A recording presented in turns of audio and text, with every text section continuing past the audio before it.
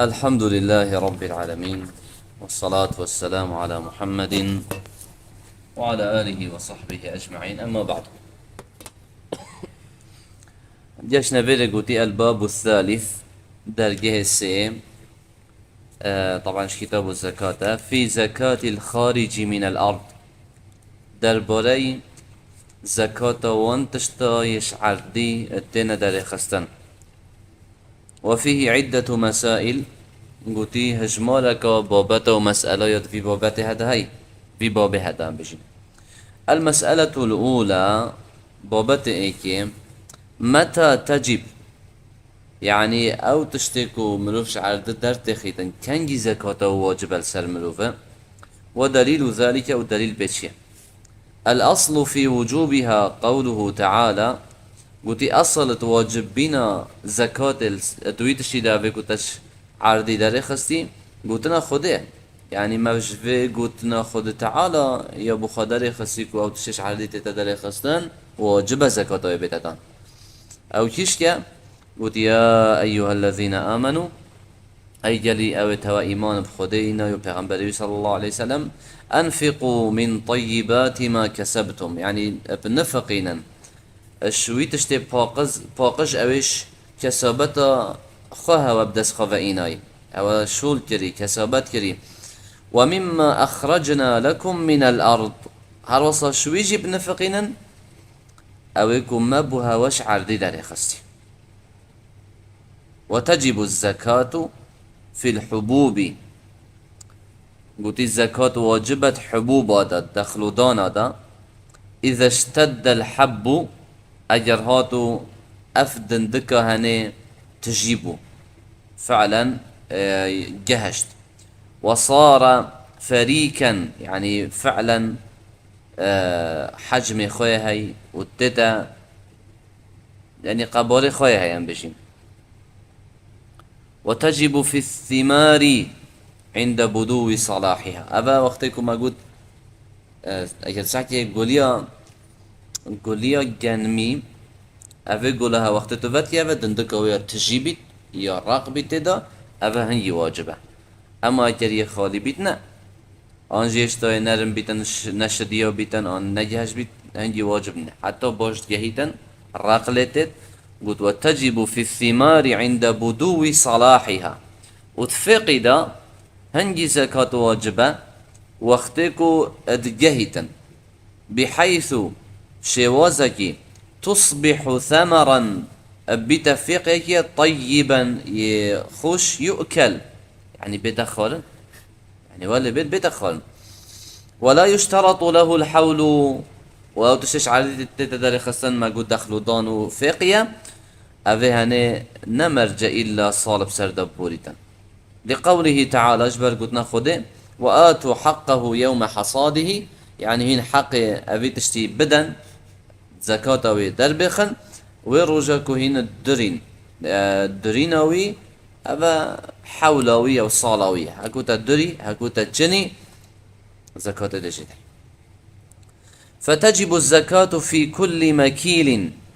قلت الزكاة واجبت هر تشكيل بيتت كيشان دا مدخرين كو بيت راكرن من الحبوب والثمار جدخلو دانو فقيا، كالحنطة وكي جنمي، والشعير وكي جهيم، والذرة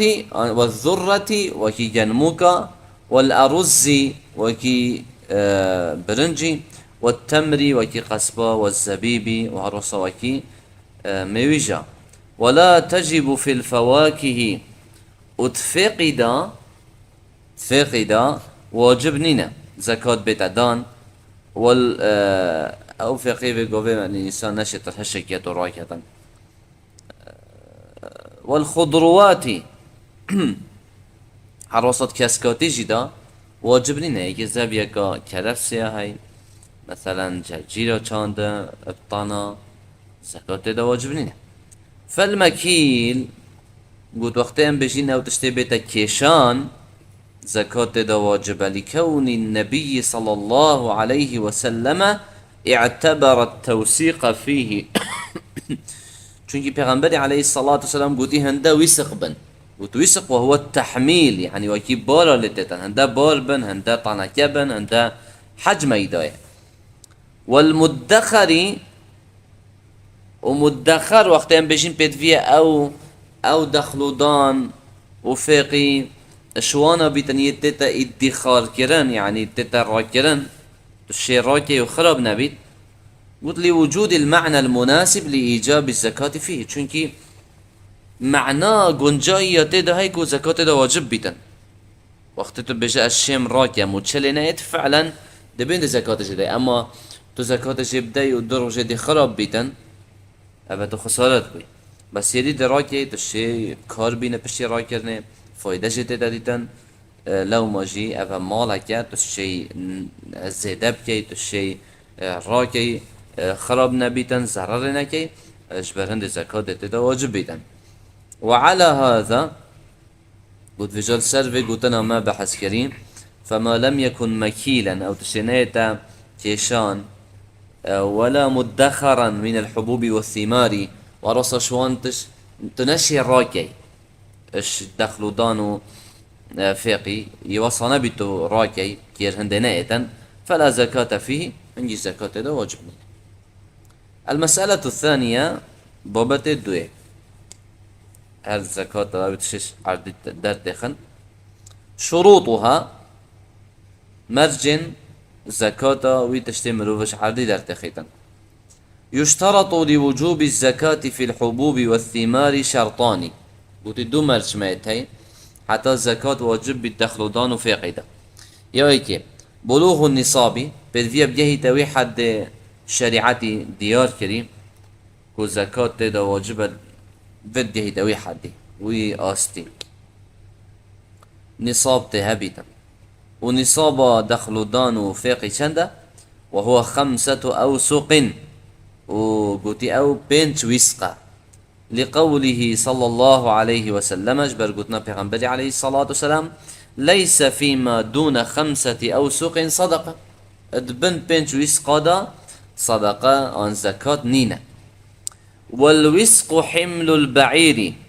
قوتي هر وسقة كباري حشتركيها وهو 60 صاعا بصاع النبي صلى الله عليه وسلم كو هر وسقة بتا شست فترة فترة پیغمبر عليه الصلاة والسلام هر صاعك چنده 4 مستم و5 الأوسق 300 صاع وقوتي 5 وسق ادبنا 600 فترة يعني هر فترة 6 صاع بيت يعني هر وسقة 6 فترة بيتن معناه 5 وسقة مد بنا 600 فترة فيكون زينة النصاب بالبر الجيد بجا قلت أجر أم هاتو جن وجهه يه باش حساب بكين اف جهه باش اگر تو كيشة وكيلو دبيتا چند كيلو ما يقارب 612 كيلو جراما قوتي دبيتا نزيكي 612 كيلو معناه بيقوي بارا بتر اف حده هاي بارا بترش خلقية بتجاهد كان جرمت كان اف حده هني كيلو هاي زكاة دا واجبت بيتا 612 كيلو وبتر على اعتبار أن وزن الصاع 42 كيلو جراما يعني 2 كيلو وكان شل 400 غرام كان 400 غرام أنا يعني بيقوي أكلم زكاة خويا فطري بدنا مشان الدين 2 كيلو 400 أمكن دوني بو زدايم أنا أكلم خدو 400 بجال فيري اگر هر كيلو هر فترة 200 يعني 2 كيلو 400 غرام بن فيري اگر تو بهي حساب بكي 600 في 2 400 ضعف عدد هذا الكبير 612 كيلو تماما وهر رسم ميجاجي وقاسباجي هند هبن يعني خاص بالهموي بيت نقول تقريبا ميوش يعني شوي راسي خوي كده ميوش هندا كيلو ذهبن في الزكاة جبدت يا دوي مرج واجبين زكاة وانت شش عردي درت يبن أن يكون النصاب مملوكا له وقت وجوب الزكاة بدفيا أو نصاب أو باش كو زكاة دا واجبة أم بجن أو شصاد دوازة كيلو ملك يوي بيتن وقت زكاة دا واجبة يعني يوي بيتن ونفر بيت باري هنجيو مال يويه. المسألة الثالثة في مقدار الواجب. مسألة سيم ده درباري في چنده بيتن مقدار الواجب يعني چه؟ يعني كده چند جدين مزان 612 كيلو و پتر تهبن ده زكاة ده واجب بيت ده چند جدم قد ده بحثي هنده بتاجت. والواجب في الحبوب والثمار قد الدخل دان وفاقيا ده تشتي واجب لسرتكوتو بدأي ويك زكاة العشر ده ايكا هر ده ايك فيما سقي بلا كلفة اتوي دخل دان فاقي ده اويكو هاتي افضان بي زحمت اويكو هاتي افضان بي زحمت ده ايك ما قلت چنده هر ده ايكي بدأي بجا هم تده شو تشتا حساب بكي هم هر ده شوان تشتا ايكي تبش 10 كيلو هر 10 كيلو ايكي طانكو تحسبتي هر 10 طانكو ايكي تب جينيكو حسبتي هر 10 جينيكو ايكي وبشكل هذا بأن كانت عثرية بنمنا عثري بيت يعني بيفيا اوفا بورانا بيتا او تسقى بماء العيون ينجب اوفا كان يبيتا افضان كان يتعردي ونصف العشر والنيفا ده ايكي واجبة فيما سقي بمؤونة انجي بمؤنة يعني او تشتكو هات افضان بزحمتي تي افضا تعب زحمتي افهانه تو ده نيفا ده ايكي ده انكو هر ده تو ايكي ناده هر ده ده نيفا ده هر بيستا ايكا هر بيستا ايكا بأن كانت تسقى بالدلاء والسواني قد بنمنا اف دخلو دانو فقي هني هاد بيتا افضان ابدلاء دلاء او دول كان افت كتنا دهلان بيري دا كتبين داري و به تشتي خب افضاي آن سوانی بحثوان حشترای یدکو آفدان بيت هاتا کرن وقتی دا اوه اگر دوان تشتاب آفدای فعلا الزكاة نيف دل سرتا واجب بيتن هر ده نيف ام بيش نيفا ده ايكي هر بيشتا ايكي و وقت سردم دا يعني اگر هاتو تبيرك بكولي و آوه يعني بزحمت در بخيم و پاش لب آنجی تانکت آوا بکری و بین سر عرض خواه اوه هنگی ده هر بیشتایی کده ونحوها وتشت وكيوانا قلت إلى قولي صلى الله عليه وسلم فيما سقط السماء والأنهار والعيون قلت أو تشتكو هاد بيتا أفضان بعسماني وآفت ريبارة وكانيا أو كان بعلا أنجي ما قلتي هما يبرداي بيتن بيفيا آفت بيفيا آفت أبد خود تعالى تشكري بيفيانا فبيتن بي زحمت قلتي العشر ساعتي بعد قلت تشيا يعني بيفيا فبيت يا خود تعالى دانت على عرديدا بنمنا برها خده ميجيتن وكي حشتر رجال جاو صايا عفوا يعني وكي قصبان بشكلية يعني قصبان هني برها يدخل رجال ميجيتن قلت اگر هو صابيتا العشر دهائك هر دهائك وفيما سقي بالسواني قلتي او النضح سوان ما قلتي چيا حيشترك نضح رشاندنا تبيني اوفي ولا برشيني نصف العشر او وسط دنيفا دهائك ده. المسألة الرابعة مسألة شارع في زكاة العسل درباري زكاة هنجفينيا. حكى ابن عبد البر رحمه الله عن الجمهور ابن عبد البر الجمهور فدقو هستن كو جمهور فقهاء آية أنه لا زكاة فيه كو زكاة هنجفيني دانينا وهو الأظهر وأفرأ يهني أو يكو ديارتر ودرستر لأنه ليس في الكتاب ولا في السنة چونكي نت قرآن دا نت سنة دا دليل صحيح صريح على وجوبها چو دليل الصحيح أشكرا نينا السر واجبنا زكاة تنجفيني دا والأصل براءة الذمة وقلت أصل أفيا أمد بجين زكاة دا واجبنينا حتى يقوم دليل على الوجوب حتى بما دليل يبيت بيشتن بالي واجبه أفاجي دليل بس هندي دليل نبيتن دا بجين أصل أفا واجبنينا. قال الإمام الشافعي رحمه الله إمام الشافعي خد رحمه ببت بيشتن الحديث فيه قلت أو حديث هاتي قد بيجيتن أن في عسل العشر التنجفيني دا ده ايكي داي قلت ضعيف يا لوازة وفي عرصة وحديثاتي قلت ألا يؤخذ منه كجناء ورقرتن ضعيف قلت يا لوازة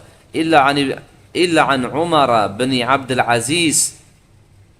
قلت إلا فنا بيتن أفرع يا هات يبقوا هستن عمر كوري عبد العزيز كود بيشن زكاة تنجفين ده هاي واختياري بيشن بس هل بجارتنا من إمام الشافعي بيشن هل بجارتنا من يكو أسب درستر الدانم أنه لا يؤخذ منه يعني زكاة تنجفين دانينا لأن السنن والآثار ثابتة فيما يؤخذ منه قلتي چونكي هنديك السنن حديثا أو آثار شينوال أو آثار قلتن تحطي وقواستن همي ثابتا يوم ما ديال كري كتشدا زكاة واجبة هم دي زكاتش چدين وليست فيه ثابتة ون الحديث أين آثار بمناهات يكو يا ثابت بيتن زكاة يفين داهي فكأنه عفو وتهال وكي خده الوي يا المبوري هنجفين داكو زكاة هم جبتين. وقال ابن المنذر بيجتا ليس في وجوب الصدقة في العسل خبر يثبت قوتي وقت ام بجين زكاة تنجفين دا واجبه قوت چه دنگو باس ثابت نهادنا چه حديث ثابت نهادنا. المسألة الخامسة مسألة بينجي ودموهيكي قوتي في الركازي درباري ركازية قوتي ركاز چه تشتا هو ما وجد من دفائن الجاهلية قوتي او تشتا اوت تديتن اش خزينة جاهليته ذهبا تزير بيت أو فضة ينزيف بيتا أو غيرهما ينجي تشكي بيش بليوانا مما عليه علامة الكفر قلت شوان تشتكو نشانة كفر السربا يتبري إسلاماتية ولم يطلب بمال هالوصا أو تشتت تدري خسيش بن عردي تب مالك مازن اللي صرف نكري حتى تدري خس بيتا ولم يتكلف فيه نفقة وكبير عمل هالوصا مصرف لنكريا كولك جلي سر نكريا حتى تدري خستي صانه هي بدستكفتي أو ما طلب بمال وتطلب كبير عمل قلت وأما ما طلب بمال قلت أما أو تشتكو طب مالي دربخي مالك إيجار زورت لصرف حتى تدري خستي وتطلب كبير عمل وخاصة هندتو جلي سركار بكي فليس بركاز قلت أفنا بتركاز ويجب فيه الخمس قلت ركاز وقت تديد خزينة جاهلية تديد نبا تو دي بينش اي كده في قليله وكثيره بجاش تكيم دي بتجلي دي بتنبا نيجرنجا أو تديد بينش اي كده شوي ده ولا يشترط له الحول ولا النصاب وقلت إنه مرجع قصال سرداب بوليد ونا مرجع بجهة حد نصابش شو نصاب نينا اما تا چند ديتيا تو دي بينج ايكي جداي يعني بونو متساط دينار ديتي زياري يد برينا بالإسلاماتية هنجي تو دي هر بينجا ايكي داي هر بينجا تو دي ايكي داي كده بنا شات 25 مانا 20 ده بنا 20 قلتي لعموم قوله صلى الله عليه وسلم بر قلتنا پیغمبر عليه الصلاة والسلام وقلتنا ويجي يجشتيا وفي الركاز الخمس يقول الركاز دا بنش ايكا إذن وقتی گوتی پنج ای که درش ریکاز دایی نقول إلا صالب سردا بوري بيتا نقول إلا يج بيتا فلان حد حتى تشيب داي نقول إلا جلاي بيتا أن كان بيت عامة يجشتيع وهو فيء وقوتي الركاز فيئة يعني أو مالا يكوش كوافرة تتورجرتن بيشع فيء تعريفه أبيع أو مالا تتورجرتن أو غنيمة تتورجرتن اش كافرة بيشع قوتي أفاجش فيئة حسابه چونکی یه کافر یا او تورگرد چه شرجی ها نکر گوتی بجلا وما تده چه لیکی يصرف في مصالح المسلمين العامة بدفيد صرف بكي ات مصلحات الجشتية بصرمانتها ولا يشترط أن يكون من مال معين ونمرجع ركاز إلا مالك ديار كريبتا زير بيت زيف بيت فسواء كان من الذهب بجد زير بيت أو الفضة عن زيف بيت أو غيرهما أو غيرهما ينجش بلي وان تشكيدي بيتن تا الماز نبا تا تشكيدي نبا مالك بهاية هل حساب ركاز ويعرف كونه من دفائن الجاهلية قلت شو عم دزان نباش خزينة جاهليتنا بوجود علامات الكفر عليه يعني وقت أم نشانة كفر السرببين دزانه ككتابة أسمائهم وكين بسنا نافدوانا ونقش صورهم ينجي تصوير وانا السر نخش كربن ونحو ذلك من العلامات وتشتت وكيف وانا نشانة بنمنا عندك نوف الصنامت وانا السربن ينجي عندك عبارات الجاهلية الكفري سربن أبدش بيش عندي تزانين أبا بري سمتيه وأما المعدن أما كنزا فهو قلت شتشتا قلت يا أبايا كل ما تولد من الأرض قلت هر شكي بيتا داري خسنش عردي من غير جنسها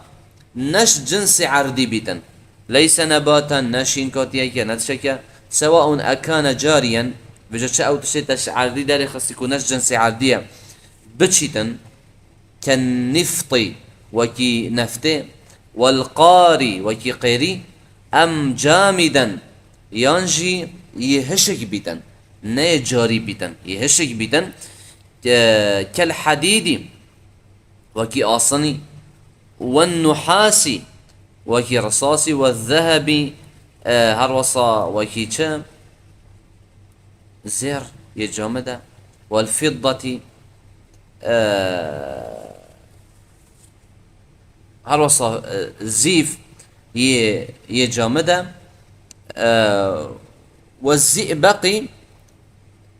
أبجي الفيري طبعا معنا موداك أبجي كانزاك بس با بالضبط وكي رصاصية زئبق زئبق وكي رصاصية زفتة شرعنا وكي زفتة زئبق سلاو معدني تيدي كاشكي زولي وشلاو جشتي بله بله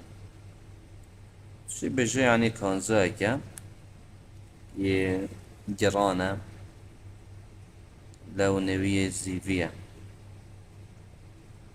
بجنزة كردية بالضبط مصطلحها يعني قلت فتجب فيه الزكاة بالإجماع كما سبق قلتي هذه هني زكاة دواجب إجماع فقهاء وكبوري بدا لعموم النصوص الواردة في وجوب الزكاة قلت جبروان نص عام يتهات درباري واجب بنا زكاة في الخارج من الأرض أتويت الشيدة أفيكوش عردي تتدري خستن كقوله تعالى وكي قلتنا رب العالمين أنفقوا من طيبات ما كسبتم بنفقين شوي تشتي باقش اوها بكسبت خوب دسخو اخستي ومما اخرجنا لكم من الارض وشوي تشتي ما بوهوش عردي داري خستي ومعدن وابتشتنجي ركاسة بهمي اش عردي دنا داري خستي والحمد لله رب العالمين.